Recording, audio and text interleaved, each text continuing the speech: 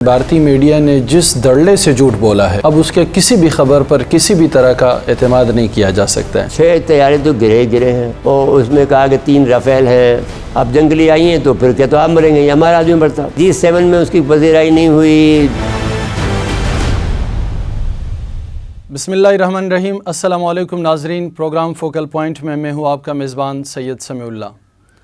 ناظرین کرام، 10 مئی 2025 کے بعد سے جنوبی ایشیا میں بلکہ پوری دنیا میں حالات نے کچھ ایسے پلٹا کھایا کہ وہ جو آوازیں بلند ہو رہی تھی کہ کوا سفید ہے، وہ آوازیں اب مکمل طور پر خاموش ہیں۔ بھارتی داؤں یا سفری طاقتوں کا جو پول تھا وہ جیسے ہی کھلا ہے، اس کے بعد سے بھارت کے اندر نہ صرف مودی سرکار اپنے زخم چاٹ رہی ہے، فرسٹریشن کا شکار ہے، بلکہ عالمی طور پر بھی اسے ذلت کا سامنا ہے۔ ایسے صورتحال میں بھارت کن سیاسی، سفارتی یا فوجی حرکیات کا اظہار کر سکتا ہے اور اس کے پورے خطے پر کیا اثرات مرتب ہوں گے، اس بات کو سمجھنے کے لیے ہمارے ساتھ موجود ہیں رابطہ فورم انٹرنیشنل کے سربراہ جناب نصرت مرزا صاحب۔ مرزا صاحب، سب سے پہلے تو آپ کو خوش آمدید۔ سر، وہ جو ایک ڈول پیٹا جا رہا تھا کہ انڈیا نے پوری دنیا کو اپنی مٹھی میں بند کر رکھا ہے، اب دنیا میں وہی کچھ ہوگا جو بھارت سرکار چاہے گی، اور ان کی سفارتی اور سیاسی محاذ پر اتنی کامیابیاں ہیں کہ پورے دنیا کے ساتھ ان کے بڑے گہرے مراسم قائم ہوئے ہیں، وہ مراسم کہاں ہیں سر؟ وہ طاقتیں وہ کیوں ساتھ نہیں دے رہی؟ دیکھیے، ایک تو مودی کا ایک بات تو ہم آپ کو یہ کہنا چاہتے ہیں اور انڈیا کے لوگوں کو بھی کہنا چاہتے ہیں کہ ہم حضرت ابراہیم علیہ السلام کی فالوور ہیں۔ بے شک۔ ان کے تمام انبیاء کرام جو آئے ہیں وہ سارے حضرت ابراہیم علیہ السلام کے اولاد میں سے ہیں۔ جو حضرت آدم علیہ السلام اور شیش علیہ السلام کے بعد میں جو نسل ہماری پھیلی اور جو آج کا مذہب ہیں 3 بڑے مذاہب ہیں، اسلام، کرسچینٹی اور یہودازم، یہ سب کے سب ان کے ابراہیم کے حضرت ابراہیم علیہ السلام کے فالوورس ہیں۔ ایک تو بات یہ ہے کہ ان میں کچھ سسٹم موجود ہے ان لوگوں کے پاس، ان کے اندر کوئی عذاب ہیں ہر ایک کے بعد میں، سوائے اسرائیل کے کہ جو کہ اس وقت اسرائیلی جو ہیں یہودی بذات خود اچھے لوگ ہیں، لیکن سیونزم جو ہے وہ بہت خطرناک ہے، وہ ایک جنگجو چیز ہے، اور جس طرح سے اس نے اپنا منہ کالا کیا ہے دنیا میں انسانیت کے لیے، وہ ایک تباہ کن ہے۔ پھر دوسری بات یہ ہے کہ ان کے ہاں، ہمارے یہاں جیسے مسلمانوں میں یا عیسائیت میں بھی 2 بڑے فرقے ہیں، ایک پروٹیسٹنٹ ہے اور ایک آرتھوڈاکس ہے، اور یہودیوں میں ایک صہیونیت ہے اور ایک جو ہے نارمل یہودی ہے۔ مسلمانوں میں بہت سارے فرقے ہیں، لیکن سب کے سب ایمان میں ایک رسول پر، ایک اللہ پر، ایک قرآن پر یقین رکھتے ہیں۔ اب اس سارے منظرنامے کے اندر ہندوؤں میں تو ہزاروں قسم کے گاڈ ہیں، پھر ان کے اندر ایک اور مسئلہ کھڑا ہو گیا ہے کہ وہ ان میں جو ہے ذات پات کا ایک سسٹم ہے کہ ایک برہمن ہے، ایک شاستری ہے، ایک وہ کشتری ہے، اور پھر بعد میں ایک بیچارے دلت ہیں جو ان کے ساتھ میں بھی کسی مسجد میں بھی نہیں جا سکتے۔ ہمارے ہاں تینوں مذاہب میں کوئی بھی آدمی جو ہے چرچ جا سکتا ہے، کوئی آدمی جو یہودیوں کا ہے اس میں جا سکتا ہے عبادت گاہ، یا مسجد میں جا سکتا ہے، اس کو کوئی رکاوٹ نہیں ہے بلا امتیاز۔ وہ فقیر ہے، غریب ہے، امیر ہے، کپڑے میں بدبو آ رہی ہے، تب بھی اس کو وہ ساتھ ایک سب میں کھڑے ہو گئے، محمود ایاز ہمارا یہ معاملہ ہے۔ یہ جو نہرو صاحب کے زمانے میں جو سلسلہ شروع ہوا تھا، اور یہ جو لوگ ہیں نازی ازم کے پیروکار ہیں، جہاں پہ انسانیت کی کوئی حیثیت نہیں ہے۔ 1925 میں نازی ازم ابھرا تھا اور 1925 میں ہی RSS ابھری تھی۔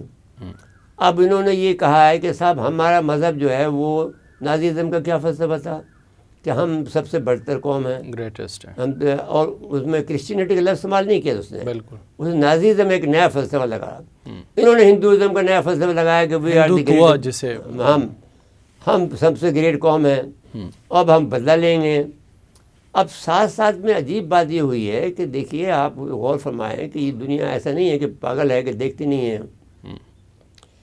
مسلمانوں کے ساتھ ظلم ہو رہا تھا تو کرسچن اور عیسائی، کرسچن اور یہودی تھے وہ خاموش بیٹھے تھے. اور پھر لیکن جب آپ نے ناگالینڈ پر اور میزورام پر اور یہاں پر جب منی پور میں جب آپ نے عیسائیوں کو مارا ہے تو ان کے دل تو تڑپے ہوں گے نا بھائی، ان کے ہم مذہب لوگ ہیں، غریب ہیں، امیر ہیں، ہندوستان میں رہتے ہیں، کہیں بھی ہوتے ہیں. ایک تو یہ بات ہو گئی. ایک نیا مذہب آیا ہے جو کہ تینوں مذاہب کے مقابلے میں کھڑا ہونا چاہتا ہے، تو وہ لوگوں کو پسند نہیں آیا سوائے اسرائیلیوں کے. اسرائیلیوں کا معاملہ یہ ہے کہ ان کو معلوم ہے کہ مسلمان جو ہے وہ ایک دن ابھریں گے، اور سوائے برگد کے درخت کے باقی کوئی درخت ہر پتھر بھی پکارے گا کہ ہم اس کے پیچھے چھپے ہیں اور اس کی وہ مرے گا. تو انہوں نے کہا یہ فائدہ اٹھایا کہ ان کو بہکائیں، ان کو پمپ کر رہے ہیں، اور یہ پھر لڑائی پر آمادہ ہو گئے ہیں پاکستان سے. اور ان کو جو اصل خطرہ ہے پاکستان سے وہ وقتی طور پر ٹلا ہے، کیونکہ ہمارے مفتیان نے یہ مشورہ دیا تھا حکومت پاک، فتویٰ دے کر یہ مفتہ دیا تھا کہ یہ وقت ہے کہ آپ غزہ کی مدد کے لیے جائیں اور جہاد کا فیصلہ کریں.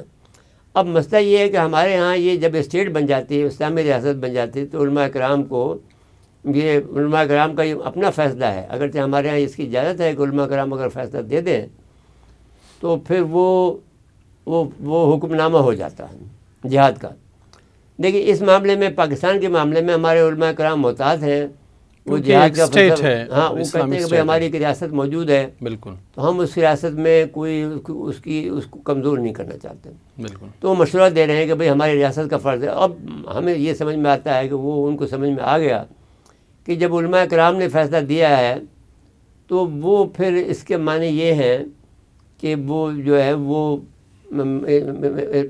پاکستان ضرور اسرائیل کے خلاف کوئی نہ کوئی ایکشن کرے گا. اس ایکشن کو کرنے کے لیے انہوں نے یہ پہلگام کا مشورہ ان کو دیا انڈیا کو. کہ بنیادی طور پر تو ایک جھگڑا یہ تھا کہ وہاں پر میں نے 2 جو جج تھے ان کو مارنا تھا RSS کے لوکل لوگوں نے. اور ان لوکل لوگوں کو جب یہ پتہ لگا را کو اور اسرائیل کو، موساد کو، تو جو ان کے 31 آدمی وہاں پہنچے تھے. اور ابھی بھی یہ خبر ہے کہ جو ان کے جو بہت بڑی جو موساد کے جو 12 ایکٹیوسٹ آئے تھے ان میں سے 11 غائب ہیں. یہ بہت بڑی نقصان ہے موساد کا. اب معلوم نہیں، اس کی میں تصدیق نہیں کر سکتا کیونکہ سوشل میڈیا کی خبر ہے، اس کو ہم ایز اے سرٹیفائڈ نہیں کر سکتے. بالکل. مسئلہ یہ ہے کہ اب ہم یہ تینوں مذاہب یہ کیسے تسلیم کریں گے کہ ایک ہندوازم ہم سے بھی بڑھ کر ایک مذہب بن گیا. ایک تو یہ بات ہو گئی. تو دوسری بات یہ ہے کہ وہ غرور اس کا اتنا زیادہ تھا کہ وہ کہتا تھا کہ ہم امریکہ کی پرواہ نہیں کرتے ہیں، ہم روس کی پرواہ نہیں کرتے ہیں، ہم اگر روس نہیں دے گا تو ہم فرانس سے لے لیں گے، فرانس کا کہے گا تو ہم امریکہ سے لے لیں گے. تو اس طرح سے یہ سارے ان کو ملکوں کو ناراض کر لیا اور اپنا بجٹ بھی دفاع کم کرتا رہا. دوسرا خود کو شاید وہ ظاہر کیا جو وہ نہیں تھا. اب جب اصلیت کھلی ہے تو اصلیت بھی نہیں بھی تھا، اور پھر بعد میں یہ کہ سب سے ٹکر لے رہا تھا، سب کو دھوکہ دے رہا تھا، سب سے جھوٹ بول رہا تھا، وہی دھوکہ دے رہا تھا. تو اب وہ آئسولیشن میں پاکستان کو بھیجنے کے بجائے وہ خود آئسولیشن میں چلا گیا. اچھا سر، یہی کہ پاکستان کے حوالے سے جو مشہور تھا کہ پاکستان آئسولیشن میں، آپ کس نظر سے دیکھتے ہیں؟ رشیا کی طرف جو ہمارا وفد گیا ہے یا امریکہ؟ آپ یقین مان لیجئے کہ سب جگہ پر آپ کی اتنی پذیرائی ہوئی ہے جو ان کی نہیں ہوئی ہے. صرف امریکہ میں ان کا جو ششی تھرور ہے وہ جی وینس سے ملا ہے جو ان کا داماد ہے. تو وہ کوئی ایسی بات نہیں ہے. کوئی ایک اراکین کانگریس میں نہیں ملا، کوئی اور نہیں ملا، لیکن وہ اپنے رشتے دار سے مل کے چلا آ گیا. جی. اور جہاں بھی گیا ہے انہوں نے جو بہت سارے ملکوں کا فیصلہ کیا تھا بہت بڑی تعداد میں. اب دیکھیں G7 میں اس کی پذیرائی نہیں ہوئی، G20 میں نہیں ہوئی، برکس میں نہیں ہوئی، کوارڈ میں نہیں ہوئی. یہ سب کے ممبر ہیں، یہ ممبر ہیں. اچھا دوسری طرف سر رشیا کی طرف دیکھ لیں، وہاں ان کا وفد جاتا ہے اور ڈپٹی جو وزیر خارجہ ہے وہ ان سے ملتا ہے. ہمارا وفد جاتا ہے طارق فاطمی کی قیادت میں، ان سے وزیر خارجہ براہ راست خود ملتے ہیں. دیکھیے تو ڈیلیگیشن کا طارق فاطمی بھی تھا، اس میں مشاہد بھی تھا. جی. مشاہد حسین سید بھی تھے، تو مشاہد حسین سید کی ریپوٹیشن اچھی ہے. تو اس لحاظ سے وہ ان سے ملا، اور پھر پاکستان کے ساتھ میں انہوں نے یہ فیصلہ کر لیا ہے. دیکھیے رشیا نے ہمارے ہاتھوں شکست کھائی، یہ بات آپ یاد رکھنا چاہیے. امریکہ نے اگر دیکھو کوئی آدمی یہ کہے پاکستان کبھی یہ کہہ دے کہ ہم دنیا کی سپر طاقت تو ہم ہی ہیں جس نے 2 سپر طاقتوں کو شکست دی افغانستان میں. تو اب اگر یہ بات کہیں تو کوئی غلط نہیں ہوگا. اگر آپ یہ کہہ سکتے ہیں کہ کمزور رہ کر بھی آپ نے بڑا کام کر دکھایا، تو سب لوگوں کو یہ پتہ ہے کہ اگر ہمیں یہ بلاک بنانا ہے تو پاکستان کو شامل کرنا ہے. اور پاکستان، رشیا نے سمجھ لیا ہے کہ پاکستان کے شامل کیے بغیر ہم انڈیا سے بھی نہیں دے سکتے ہیں. اور دوسری بات یہ ہوئی کہ ان کا اسلحہ نہیں خرید رہا، وہ امریکہ کے کوارڈ میں شامل ہو گیا. انہوں نے باقاعدہ ان سے کہا کہ تم ہمیں دھوکہ دے رہے ہو، اور اس لیے تو پھر اس بعد میں وہ خاموشی کے ساتھ ان کی مدد بھی کرتا رہا. ایران جو کام مین تھا، ان کا وزیر خارجہ جب ان کی مدد کو آیا ہے، انہوں نے ان کی بھی بےعزتی کی، اس کو بہت بڑا گندے الفاظ ادا کیے ہیں جو کہ اسرائیل کے کہنے پہ کیے ہیں، کیونکہ وہ اسرائیل کا دشمن ہے، اسرائیل اس کا دشمن ہے. تو اب اس سے اندازہ کر لیں کہ یہ جو صورتحال ہے. سر، عوامی سطح پر بھی کچھ دن پہلے نیو یارک الیکشن ہو رہے ہیں. نیو یارک میں میئر کے الیکشن ہو رہے ہیں. اس میں 3 امیدوار ہیں. ان سے ایک سوال پوچھنے والا سوال پوچھتا ہے کہ اگر آپ کے ساتھ مودی کھڑا ہو کر ایک جگہ پر پریس کانفرنس کرنا چاہے تو آپ کیا اس کے ساتھ پریس کانفرنس کریں گے؟ تینوں کا جواب نو میں ہے. لیکن ان میں ایک امیدوار ہے جن کا نام زہران مامدانی ہے. وہ اصل میں انڈین ہیں، نژاد ہیں، اور ان کا تعلق گجرات سے ہی ہے. وہ کچھ اور کہتے ہیں اس کے ساتھ. وہ کہتے ہیں نہ صرف میں یہ کہ مودی کے ساتھ کھڑے ہو کر پریس کانفرنس کرنے سے انکار کرتا ہوں، بلکہ مودی تو مسلمانوں کا قاتل ہے. لوگ جب آج مجھ سے پوچھتے ہیں کہ آپ گجرات سے ہیں تو میں کہتا ہوں جی. ان کو یقین نہیں آتا کیونکہ انہوں نے گجرات میں جتنے بھی مسلمان تھے ان سب کو قتل کیا. یہ آدمی مسلمان ہے؟ یہ مسلمان ہے، زہران مامدانی. تو نیو یارک میں ایک میئر کے سطح کا الیکشن لڑنے والا آدمی وہ مودی کے ساتھ کھڑے ہو کر تو کوئی ایسی بات نہیں ہے. پہلے امریکہ میں اس کو بچر آف گجرات کہا جاتا تھا. اس کا ویزا جو ہے وہ ممنوع قرار دے دیا تھا. یہ تو پھر یہ ہے کہ ضرورت کے تحت میں جو چائنا کے خلاف انہیں کھڑا کرنا چاہا تو انہوں نے سمجھا کہ انڈیا ایک بڑا ملک ہے، اتنے اس کے پاس پیسے بھی بہت ہیں، تو کیوں نہ ہم چائنا کے خلاف ان کو استعمال کریں. اب ان کو امریکہ کو پتہ لگ گیا کہ یہ تو بہت ماڑا ملک ہے، یہ اپنی حفاظت نہیں اور خود انڈیا کے لوگ یہ کہہ رہے ہیں کہ جب فوج اپنی حفاظت نہیں کر سکتی ہے، جو 6 طیارے گرا رہ چکی ہے. اب انڈیا کا جو میگزین ہے وہ کہہ رہا ہے کہ 6 طیارے تو گرے ہیں، اور اس میں کہا کہ 3 رافیل ہیں، ایک MiG 29 ہے، ایک سخوئی ہے، ایک میراج 2000 ہے، اور پلس جو ایڈیشن ہے وہ اس کا ہے. اور ہم نے اس کی تفصیل بھی دے دی ہے، اگر کوئی انکار بھی کرے، لیکن جو ہماری سرکاری طور پر آیا ہے ان پائلٹ کے نام بھی دے دیے ہیں، وہ کس ہاسپٹل میں ہیں، کن حالت میں ہیں. ان میں سے کئی مر گئے ہیں جو کریٹیکل کنڈیشن میں تھے، وہ مر گئے ہیں. اب ایک اور مسئلہ نیا کھڑا ہوا ہے کہ وہ لڑکی جو کہ میراج چلا رہی تھی وہ کہاں گئی. وہ ابھی تک اس کو پیش نہیں کر سکیں اور جھوٹی اس کی لگا رہے ہیں. اب سمجھ میں نہیں آتا، ہم پاکستان تو انکار کر دیا، اصل میں اب کیا تو وہ مر گئی ہے جو اس کو چھپا رہے ہیں لوگ. وہ پھر چوتھا رافیل ہوگا جو بات آپ کہی جا رہی ہے. جی سر. تو پھر اس کا مطلب یہ ہوا کہ از اے میٹر آف 7 میں نے 7 میں نے 6+1 تو وہ پہلے ہی ہو گیا. اور ایک اگر لڑکی جو پائلٹ لڑکی تھی جو کہ بہت بڑی ایک ہیروئن تھی وہاں کی، وہ بھی اگر اس میں کام آ گئی ہے تو ہمیں افسوس ہے اس پر. ہم یہ نہیں کہتے ہیں کہ ہم خوش ہو رہے ہیں، لیکن جنگ میں تو ایسا ہوتا ہے. آپ جنگ کے لیے آئی ہیں تو پھر کیا تو آپ مریں گے یا ہمارا آدمی مرتا. تو اب اس میں سر اس پورے منظرنامے میں بھارتی جو میڈیا ہے ان کی کریڈیبلٹی بھی بری طرح سے متاثر ہوئی ہے. سب سے بڑا نقصان میڈیا کو ان کو اتنا زبردست ہوا ہے. واشنگٹن پوسٹ نے سر 3 دن پہلے ایک رپورٹ جاری کی ہے اور اس نے کہا ہے کہ بھارتی میڈیا نے جس دھڑلے سے جھوٹ بولا ہے اب اس کے کسی بھی خبر پر کسی بھی طرح کا اعتماد نہیں کیا جا سکتا ہے.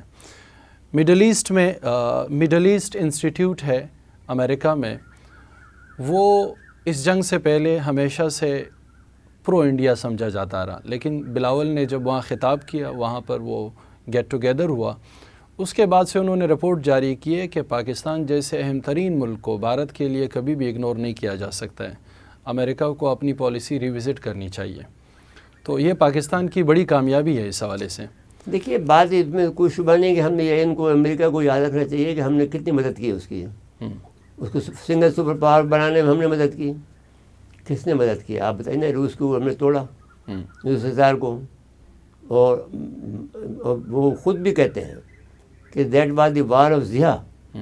اور ضیاء نے ہماری مدد کر دی ہے. اور ہمیں انہوں نے اس پاکستان توڑا تھا, ہم نے ان کے 15 ٹکڑے کر دیے. اب آپ انڈیا کو اپنی خیر منانی چاہیے کہ بھئی ہم یہ بات کبھی زندگی میں بھولتے نہیں ہیں. سر انڈین حرکیات کے اوپر اگر مختصر بات کر لیں, انڈیا میں 2 چیزیں ابھی پنپ رہی ہیں. ایک تو راجستھان کے قریب ان کے 3-4 اخبارات نے نوٹ کیا ہے, وہ بھی لوکل سطح کے اخبارات نے, کہ انہوں نے 7 اور 8 جون کو وہاں ایک ایکسرسائز کیا ہے. اس میں انہوں نے میراج 2000 اور سخوئی 30 اور رافیل سب شامل کیے تھے. دوسری طرف ابھی خبر آئی ہے انڈیا ٹوڈے کی کہ 8 جون کو انہوں نے ایک پلان لوگوں کے سامنے رکھا ہے, اور اس پلان کے مطابق وہ دریائے سندھ کو ستلج اور راوی کے ساتھ ملا کر ان کا جو حریق بیراج ہے اس میں لے جانا چاہتے ہیں, تاکہ وہاں سے پھر ایک 200 کلومیٹر لمبے کینال کے ذریعے اسے گنگا اور اندرا گاندھی کینال کے ساتھ ملائے اور راجستھان کو پانی دیں. پاکستان ڈکلیئر کر چکا ہے کہ پانی کا معاملہ زندگی اور موت کا معاملہ ہے پاکستان کے لیے. اس کو آپ کس نظر سے دیکھتے ہیں؟ سمیع صاحب میں اس بات پہ بہت سے راز ہیں, میں نہیں کھولنا چاہتا. انڈیا یہ نہیں کر سکے گا. اچھا, یہ صرف وقتی طور پر نہیں, انڈیا خود پانی کو ترسے گا.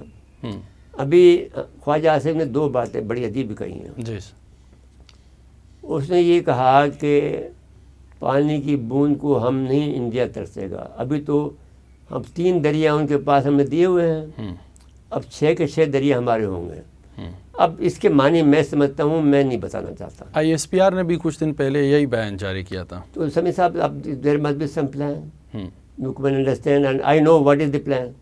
I don't know the plan. سر ایک I can suppose the plan. ایک چائنیز پروفیسر نے کچھ دن پہلے پراوین سہانی کو انٹرویو دیا. ہاں بہت زبردست دیا. ان کو انہوں نے کہا کہ اگر انڈیا پاکستان کا پانی روکتا ہے تو چائنا بھی تو انڈیا کا روک سکتا ہے. اس سے بھی زیادہ ہم کوئی کام کر جائیں گے جو ان کو پتہ نہیں ہے. یہ بھول جائیں گے کہ پانی کا نام لینا بھول جائیں گے اور ترسیں گے. یا تو انہیں جنگ کرنی پڑے گی, ہم نہیں جنگ کریں گے پانی پر. ہم پانی کو دیکھو کیا طریقہ کیا استعمال کرتے ہیں. ہمارے پاس کئی آپشن ہے. دوسری بات جو خواجہ آصف نے کہی ہے وہ کہیے شملہ معاہدہ ختم ہو گیا. we have come back on 1970 position. اب جس میں بھی طاقت ہو وہ کشمیر پہ قبضہ کر لے. اچھا سر, یہ سمیع صاحب ایک بات میں آپ سے آج کہنا چاہتا ہوں, لیکن لمبی بات بعد میں کریں گے. امریکہ کا جو پلان ہے اس کے تحت یہ ہے کہ پاکستان سے کہ بارڈر سے وہ 1000 کلومیٹر پر جا کر چین سے لڑیں گے. اور انڈیا ان کا ایک تو یہ ہوگا.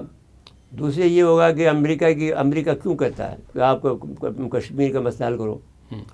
میننگ دیر بھائی وہ چاہتا یہ ہے کہ پاکستان نیوٹرل ہو جائے. اب سوال یہ ہے کہ اس صورت حال میں پاکستان نیوٹرل کیوں ہوگا جب چین نے ہمارا ساتھ دیا ہے. اب صورت یہ آپ اس کو وے کریں گے, چین سے مشورہ کریں گے کہ آیا آپ کو کشمیر دے دیا جاتا ہے تو پھر آپ کیا کرو گے. تو یہ اس کا ویٹیج ہوگا. اب یہ دیکھتے چاہیے کس حد تک دیں گے, ہمیں لداخ بھی دیں گے یا وہ نہیں دیں گے.